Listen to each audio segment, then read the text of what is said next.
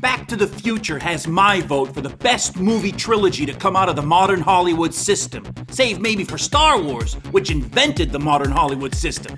There's just something special about the adventures of Marty McFly and Doc Brown, beloved characters cherished by millions of fans. The original Back to the Future was the highest grossing movie of 1985, beating out such competition as Beverly Hills Cop, Rambo First Blood Part 2, and Rocky 4. That's right, even in Ronald Reagan's Republican-Red America, Rocky Balboa beating up on a steroid-infused Soviet boogeyman could not surpass that year's breakaway hit. A wholesome, earnest, family-friendly time travel adventure starring Michael J. Fox and Christopher Lloyd. The inevitable Back to the Future Part 2 took flight in 1989, and in my humble opinion, was just as good as the original. In fact, it might be my favorite of the trilogy. It picks up right where the first film's cliffhanger ending left off, rocketing us into the skies above Hill Valley along with Marty, Jennifer, and Doc Brown, and it never lets us down through 108 glorious minutes of runtime. The Hill Valley of the future is a sight to behold. Gleeful, idiosyncratic, a world of flying cars, because, of course, hoverboards, iconic, and commercialized nostalgia.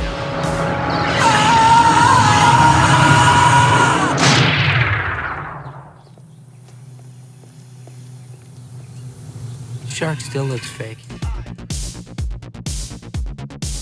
The Nightmare Hill Valley of Biff Tannen's dreams is another monumental cinematic achievement, a special effects funhouse fueled by the warped mind of a truly memorable villain. Dark, twisted, full of roving dogs, leather-clad gangs, and industrial waste, all set to 80s rock music. And it puts the screws to our time-traveling heroes in a big way. Now, to put the space-time continuum back in order, Doc and Marty have to travel to the year 1955 again, the night of the Enchantment Under the Sea dance, where the fate of the future rests on getting their hands on that pesky sports almanac without alerting their other selves from their first adventure. That's right, Doc. November 12, 1955. Unbelievable that old Biff could have chosen that particular date. It could mean that that point in time inherently contained some sort of cosmic significance. Almost as if it were the temporal junction point for the entire space-time continuum. On the other hand, it could just be an amazing coincidence. Shit. There is so much to love about Back to the Future Part 2. And Part 3 was pretty good too.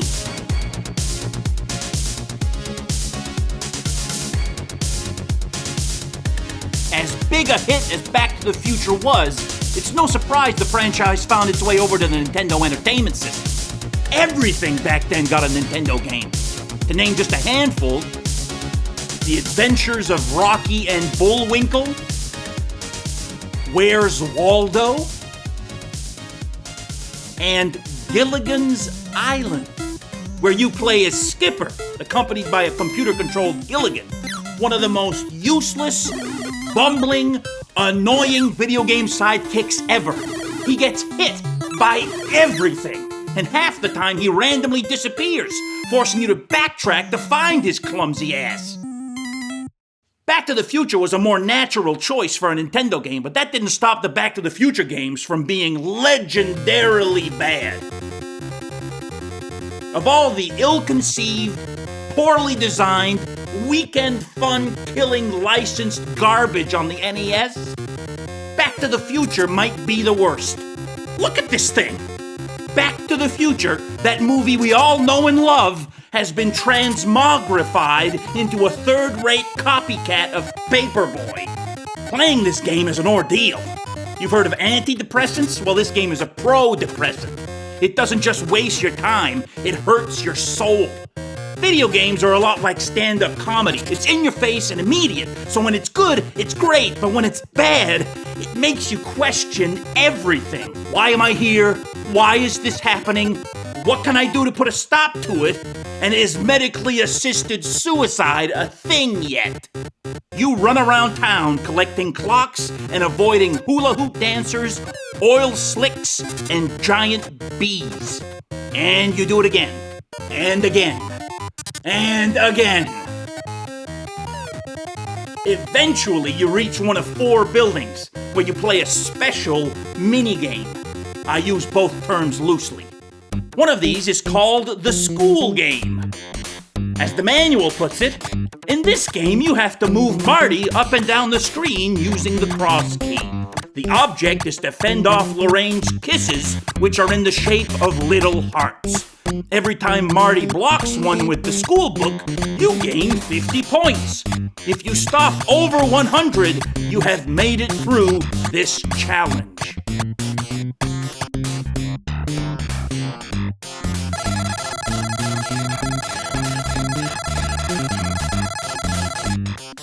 Wow.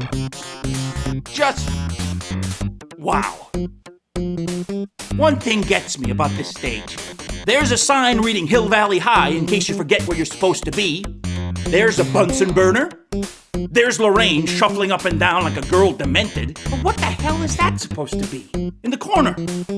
What could it possibly be? The class pet? Is that a pet snake? It doesn't look like a snake. It doesn't look like anything. Is it a fish tank? And why doesn't it look like a fish tank? What am I looking at? Is it Impressionism? Is it art? Is that it? Post-Impressionism? Neo-Impressionism? Expressionism?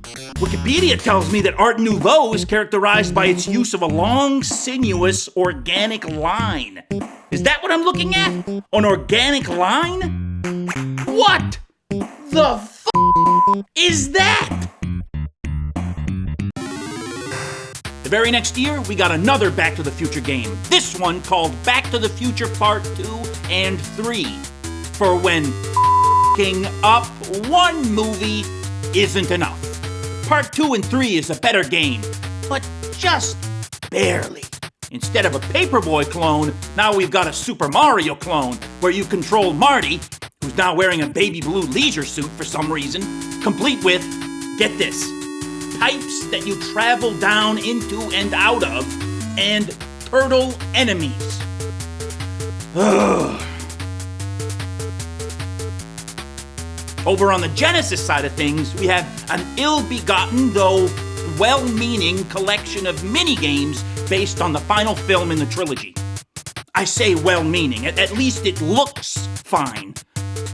That is, it would look fine if it hadn't shipped with a bug that makes the game display at half brightness. That's right, Back to the Future Part 3 for Genesis is too dark by half, and apparently nobody at Probe Software, ImageWorks, or Arena Entertainment noticed before they sent this puppy off to the dog park. In 2019, nearly 30 years after the game's release, someone on the internet found the bug, fixed it, and provided the retro gaming community with a special patch for the ROM version of the game. I'd include a link in the description, but man, talk about niche.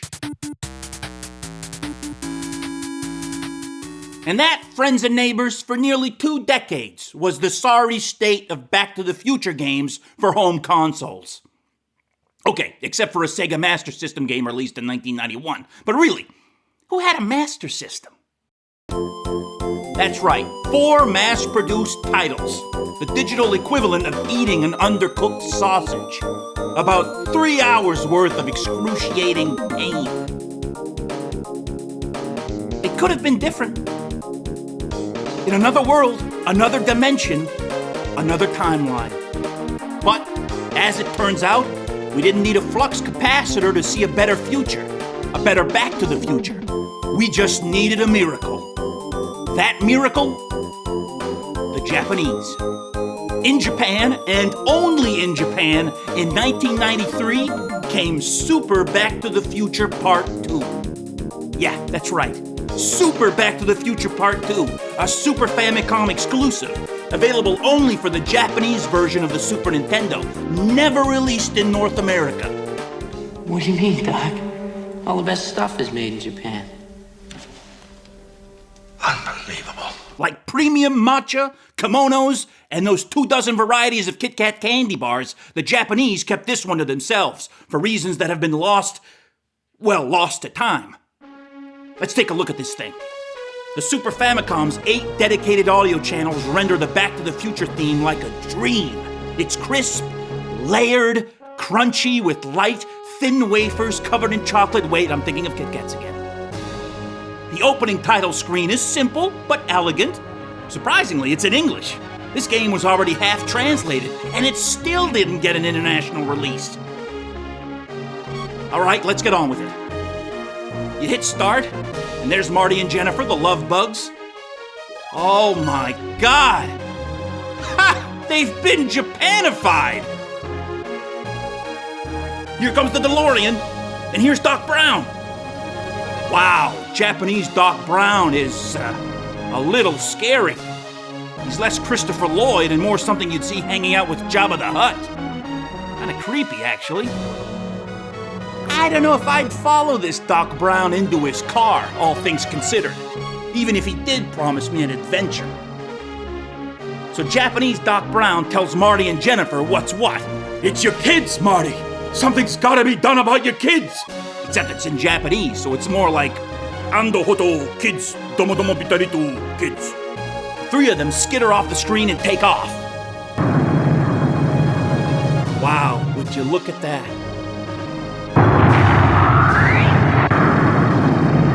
It takes a lot to make my little old jaded heart happy. That does it, yes indeedy. The first level is Hill Valley circa 2015. Marty controls a little bit like Super Mario and a little bit like Sonic. There's a button for jumping and a button for speed, and the level's designed for momentum. Ah, there's the clock tower in the background. God, it's nice to see attention to detail. As for the enemies, well, the enemies are a bit of a miss. I like the exaggerated anime look of Marty and Jennifer and the Doc, but these police guys, they look like they belong in a different game. Then again, this is a take on America in the 21st century, so a massive, militarized, gun-toting police force? Yeah, on point. There's no explanation why every cop in Hill Valley wants Marty dead. But hey, there's no explanation why Marty's head has grown 3 times its normal size either. The first level boss is Griff, and the battle takes place in the Cafe 80s. He slams the ground, and bottles of Pepsi Perfect fall from the sky. This is good. This is all very, very good. Griff's flunkies even make an appearance after the fight.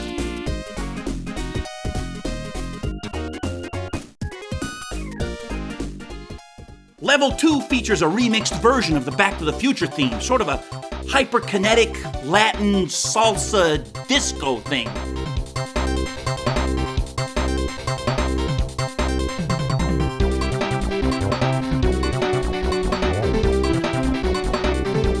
You wouldn't think it'd work, but I gotta say, I can dig it. In the background now, we've got more lovely little details. You can make out the shop where Marty buys the sports almanac, right next to the Cafe 80s. You deal with Griff again in the Level 2 boss fight. Send him flying into the clock tower, and it's off to Bizarro World 1985, complete with mood music, biker enemies, and Biff's Pleasure Paradise Casino and Hotel. No Sammy Hagar, though. The Level 3 boss fight is, how best to explain this? Well, I'll just go for it. It's some random guy operating a bowling ball factory who pelts you with musical notes from a tuba shotgun. Yeah, it's weird, it's random, and it's a bit of a pain in the ass. Level 3 has another boss fight against equally nameless villains, after which a clap-happy Lorraine explains that she's married to Biff now and George McFly is a dead duck. At least, I assume that's what she's saying. Seriously, why is she clapping? Instead of merely showing us George's tombstone in a cutscene, as you might expect, we actually travel to Oak Park Cemetery for Level 4. Hardcore! A graveyard level! No zombies here. Hey, it's a graveyard level. Rather, Hill Valley's town cemetery is populated by, you know what? I really don't know what this is, or why its head is on fire. But it's wearing what is very clearly a Union Jack t-shirt. Huh. Goddamn British. Up to no good again. Oh, and druggies. Lots and lots of druggies. Okay, so maybe the mystery of why this didn't get an international release is not such a mystery. We find Biff where we'd expect him, on the roof of the pleasure paradise, and it's another boss fight before the Doc turns up again with the DeLorean.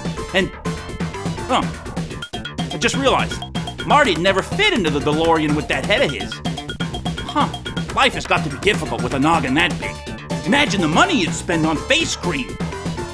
For level 5, it's back to the 1950s, just like in the movie, with those golden skies and those, nunchuck-wielding karate kids. Later on, you're in what I assume is Hill Valley, though by this point, I'm a little confused on the specifics. You have to use your hoverboard attack to propel yourself up what looks like a cascade of oil barrels. Turns out they're soda cans carelessly tossed away by a trio of wayward youths. Doubtless another indictment of American culture by the Japanese. Anyway, you make it just in time to see Biff get his clock cleaned by your old man. You grab hold of the sports almanac, just to lose it again like 2 seconds later. So it's after Biff. You knock the shit out of him, he drops the almanac, and then, speaking of shit, literal shit I mean, that's right, Biff crashes into the manure truck just like he did in the movie, and everything is right as rain again. As far as Super Back to the Future Part 2 is concerned, the film's cliffhanger ending doesn't exist. The Doc doesn't get transported back to the Old West, which is just as well, because looking like he does, he'd probably have been shot on sight. So that's Super Back to the Future Part 2. What can I say? It's a trip. Have I glossed over the game's many flaws? Yes. Am I bothered by that? Not in the least. Super Back to the Future Part 2 is a dream game. By that I mean it's fuzzy, doesn't make much sense, and shouldn't be analyzed too deeply. Do I love the game? If I'm being totally honest, no. But do I love the idea of it? The mere fact of its existence? The fact that a Japanese-only Back to the Future game turned Marty McFly into a bobblehead and Doc Brown into a gremlin? You bet your flux capacitor I do. I love that Super Back to the Future Part 2 exists. It makes me happy to be alive, just like Peniel Bacon and Scrabble and Saved by the Bell. Weird, colorful shit like this reminds us of our shared humanity, because we're weird, we're colorful. Super Back to the Future Part 2 makes the world a better place, if only by a little tiny bit. And I think, dudes and dudettes, that is the little bits that count.